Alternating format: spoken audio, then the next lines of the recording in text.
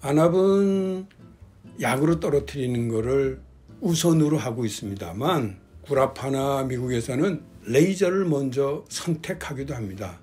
그걸 SLT라고 그러는데 그런 레이저를 먼저 하고 약을 두 번째로 선택하기도 합니다만 전체적인 흐름으로 봤을 때는 약을 먼저 선택하고 한 가지를 선택하고 안 되면 두 가지 병합, 세 가지 병합. 근데 약을 한 가지 쓰는 것도 어려운데 두 가지 쓰면 더 어렵고요. 세 가지 쓰면 더 어려서 구라파에서는 두 개까지만 쓰고 레이저를 하자.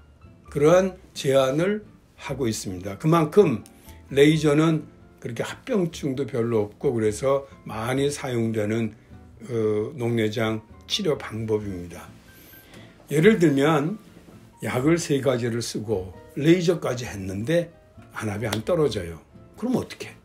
그러면 이제 수술의 방법으로 하는데 수술에는 크게 두 가지가 있어요. 요즘 한 5년, 10년 됐나요? MIGS라는 영어로 써서 미안합니다만 M은 마이크로, I는 인시전, G는 글라코마, S는 서저리. 그래서 그걸 한국말로 그냥 쭉 풀면 조금 절개하고 하는 녹내장 수술. 그러면 그게 반대되는 것이 마크로가 있어요.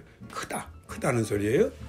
그래서 전통적으로 섬유주 절제술이 여기에 속하고 최근에 5년 됐나 10년 됐나 MIGS 작게 절개하고 하는 수술이 나와서 각광을 받고 있는데 공통적으로 쓰고 있는 거는 한 가지가 있습니다. 아이스텐트라고. 그 외에는 아직 그렇게 잘 알려져 있는 것 같지가 않아요. 그래서 이 MIGS, 아이스텐트로 수술을 했는데 안 됐다. 그러면 그 다음에는 한 40년, 50년 됐나요? 섬유주 절제술이 있어요. 경험도 많은 의사도 있고 어떻게 관리를 하는지도 알고 있고 그러한 섬유주 절제술. 그러면 절개하는 녹내장 수술에 무슨 장점이 있냐? 절개를 조금 하니까 합병증도 적고 그렇죠. 결과는 두 가지 비슷해요. 성공률은 한 70% 똑같고 시간은 훨씬 적게 절개하는 수술이 빠르죠. 그렇지만 아직 익숙지 않기 때문에 섬유주 절제술을 하는 의사들이 많다고 보고 섬유주 절제술을 했는데 안압이 안 떨어진다. 그러면 그 다음에 선택하는 게 관삽입술입니다. 눈 속에 관을 이렇게 넣어서 그 관을 통해서 방수가 나와서 안압이 떨어지게 하는 건데 이것도 성공률이 한 70% 됩니다. 그래서 순서적으로 얘기하면 아이스텐트, 섬유주 절제술, 그 다음에 관삽입술. 만약 이렇게 했는데도 안압이 안 떨어져서 자꾸만 시력이 떨어지고 시신경이 죽는다. 그러면 그 다음에 할 수 있는 수술이 CPC라고 그래서 이것도 영어로 죄송합니다. 그 섬유주 모양체라는 게 있어요. 방수를 생성하는 모양체라는 것이 있는데 그 모양체를 파괴를 해서 안압을 떨어뜨리는 겁니다. 같은 수술이 한 30년 전 있었어요. 근데 그 수술은 예측이 잘 안 되고 조금 심하면 눈이 많이 안 보이게 되고 약하게 하면 효과도 없고 그러다가 이 방법이 이제 고안이 돼서 나왔는데 이 방법은 그렇게 위험한 일은 없는 것 같아요. 아직 한 2년, 3년 됐는데 그렇게 위험한 일은 없고 단 한 가지 한 번 해서 부족해서 두 번, 세 번 하는 사람은 있을지 모르지만 그것도 이제 앞으로 테크닉이 나아지면 좀 더 나아지겠죠. 그래서 어떻든 간에 녹내장은 그 안압을 낮춰서 그래서 시신경이 나빠지는 거를 최대한 막자. 여기서 한 가지 더 확실하게 말씀드려야 될 거는 그러면 안압을 낮추면 지금 시신경이 안 좋은데 이 안 좋은 거로 평생 살 수 있냐? 그렇지는 않습니다. 그러면 치료가 뭐냐? 치료를 안 하시면 나빠지는 속도가 빨라서 실명할 수도 있다는 거예요. 그럼 치료를 하면 나빠지는 속도를 늦춰서 아주 천천히 나빠지게 해서 그래서 실명을 막자는 거지, 치료를 하면 녹내장이 스톱하거나 녹내장이 좋아지는 게 아닙니다. 그러니까 수술을 해서라도 안압을 낮추는 이유는 나빠지는 속도를 그냥 거의 안 나빠지는 수준으로 하자는 거지, 수술을 받으면 옛날로 잘 보이는 상태로 시신경이 정상으로 되는 그런 상태가 아니라는 것을 확실하게 말씀드립니다. 이제 한 가지 조금 더 다른 거를 얘기할게요. 녹내장과 백내장은 둘이 나이가 많이 들면, 그러니까 연세가 높으실수록 발생률이 높습니다. 그래서 녹내장은 태어나는 애들은 발생률이 0.001 그 정도, 거의 없어요. 있긴 있지만. 그래서 한 해에 한 30명, 50명 정도가 선천 녹내장이 있을까? 그런 정도인데 40살이 넘으면 한 3% 정도 됩니다. 그러다가 70이 넘으면 한 10%가 넘습니다. 그러니까 연세가 많아질수록 발생률은 높다는 거예요. 그리고 녹내장이 오래되면 백내장도 있고 뭐 시신경도 나쁘고 뭐 그렇죠. 또 한 가지 백내장이라는 병이 있는데 백내장은 원인을 아직 잘 몰라요. 녹내장도 원인을 잘 모르지만, 그래서 나이하고 관련이 있나 또 자외선하고 관련이 있나는 그런 것이 그런 정도지, 연세가 많아지면 예를 들어 나이가 60대면 한 50%가 백내장이 있다고 생각해요. 그러면 80대가 되면 거의 한 100%가 있어요. 그러니까 나이하고 관련이 있나 보다.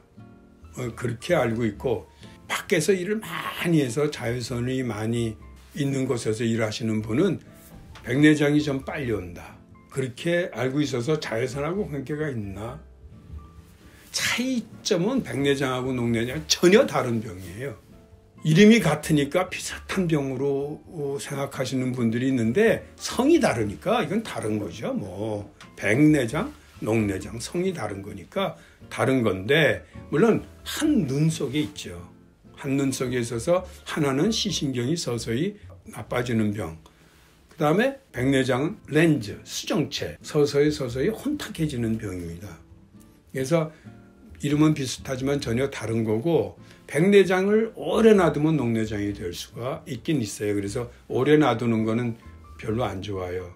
그리고 이 백내장은 수술로 치료를 하는데 수술의 성공률이 글쎄 이렇게 말씀드리면 어떨런지 모르지만 한 99%, 그러니까 거의 수술 성공을 해서 흐려진 눈 속에 흐려진 렌즈를 없애고 그 자리에다가 인공으로 된 맑은 수정체를 갈아 끼우는 거고, 성공률은 99%. 한 번 집어넣으면 2번 수술하는 얘는 글쎄요, 천에 하나?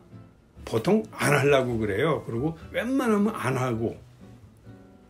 그런데 그거하고 좀 달리 후발 백내장이라는 게 백내장 수술을 하면 생길 수가 있어요. 이 후발 백내장은 백내장 수술하고 와도 뒤에다가 수정체의 껍질을 낭을 남겨두고 나오는 것이 요즘에 최근에 그 수술 기법인데, 그 낭이 흐려지는 거를 후발 백내장이라고 그래요. 그거를 없애고 나오지 왜 놔두고 나왔냐?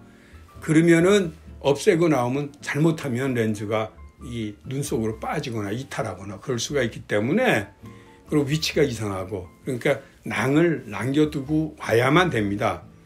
그 낭이 흐려지는 거를 후발 백내장이라고 그러는데, 이 후발 백내장은 재수술하는 게 아니고요. 야그 레이저로 그거를 한 1분이면 아마 다시 맑게 해줄 거예요. 발생률은 10명 중에 서너 명 있어요. 그러니까 내가 뭐 특별히 잘못해서 후발 백내장이 오고 그런 게 아니고, 환자분이 의사가 뭐 특별히 그런 게 아니고, 그런 그 후낭을, 그러니까 껍데기를 놔두고 와야 되는 수술이 좋은 수술이니까 그 수술을 해서 나오는 결과라고 보시면 됩니다. 그건 어렵지 않으니까요. 그래서 이 백내장은 시력이 나쁜 사람을 수술을 하면 시력이 좋아지는데 누구든지 다 그러냐? 그렇지는 않습니다. 왜냐하면 혹시 망막이 나쁘거나, 망막은 카메라의 필름에 해당되는 거거든요. 또 시신경이 나쁘거나 그러면 앞에 있는 수정체를 좋은 거로 갈았다고 쳐도 시력이 안 나올 수도 있거든요. 그래서 백내장 수술 전에 시력이 나올 건지 안 나올 건지를 알아내는 검사가 필수입니다. 그걸 한 다음에 두 번째로는 아까 렌즈를 지금 현재 있는 뿌옇게 된 렌즈를 인공성체로 간다고 그랬는데 이거는 한번 넣으면 평생 가거든요. 그러니까 이 도수가 아주 중요해요. 사람도 그렇고 기계도 그렇고 오차가 있을 수가 있잖아요. 그러니까 오차를 최소한으로 만들기 위해서 검사를 여러 가지를 해서 도수를 결정하고 아까 말씀드린 망막은 어떠냐, 시신경은 어떠냐 등등을 같이 보는 백내장 수술 전 검사를 합니다. 요새 또 하나 각광을 받고 있는 수술이 노안 교정 수술을 같이 하느냐 마느냐 뭐 이런 얘기를 하는데 값의 차이가 있어요. 한 가지 여기서 말씀드릴 거는 그 노안 교정에 쓰는 인공수정체가 아직은 그냥 인공수정체보다 많이 좋은 면이 많죠. 왜냐하면 가까운 걸 보는데 안경 없이 보니까. 그리고 좋은 점은 많지만 그래도 멀리 볼 때 평상시에 조금 약점을 갖고 있어요. 빛을 나눠 쓰기 때문에 그렇습니다. 일반 백내장 수술할 때 넣는 렌즈는 단초점이라고 하거든요. 그거는 빛을 나눠 쓰지 않고 그대로 다 눈 속으로 들어오는데 이 다초점 그 인공수정체는 빛을 나눠 쓰기 때문에 나눠 쓰는 부분이 예를 들어 100이라는 숫자가 들어오면 가까운 거 볼 때 85, 멀리 볼 때 85니까 그런 점이 느껴지는 환자분이 계세요. 그래서 빛이 번져 보인다, 좀 어둡다 그런 점이 있는데 그래도 돋보기를 안 쓴다는 큰 이점 때문에 각광을 받고도 있어요.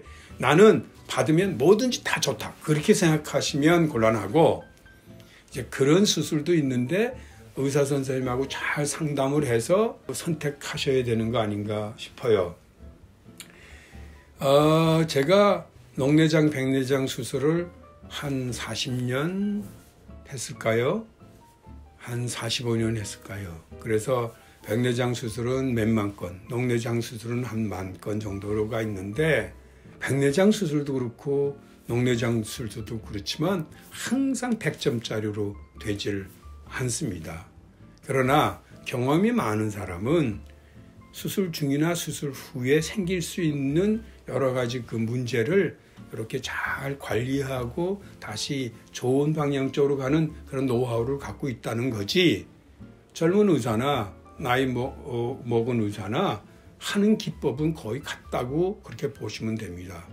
그러니까 누구한테 받아야 되느냐는 건 없고 이제 수술 후에 잘 되면 뭐 좋죠. 근데 잘못되는 경우들이 있을 때 그거를 어떻게 관리하고 치료하고 하느냐 하는 겁니다.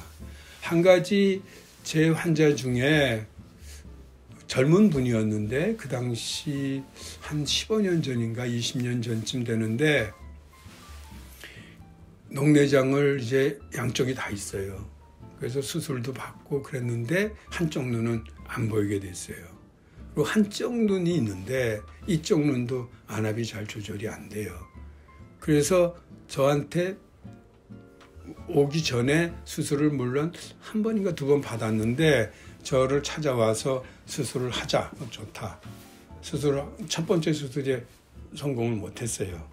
그러니까 아마 그쪽 눈 수술을 아마 두 번, 내가 한 것까지면 두 번인가 세 번 그렇게 됐죠. 한쪽 눈에. 눈이 하나밖에 없고 안압은 올라가고 떨어지진 않고 환자는 한쪽 눈을 실명했기 때문에 상당히 불안해하고 그래서 저한테서 두 번째 수술을 해야만 한다는 거를 환자도 알고 저도 해드려야 된다는 것도 알고 그래서 했어요.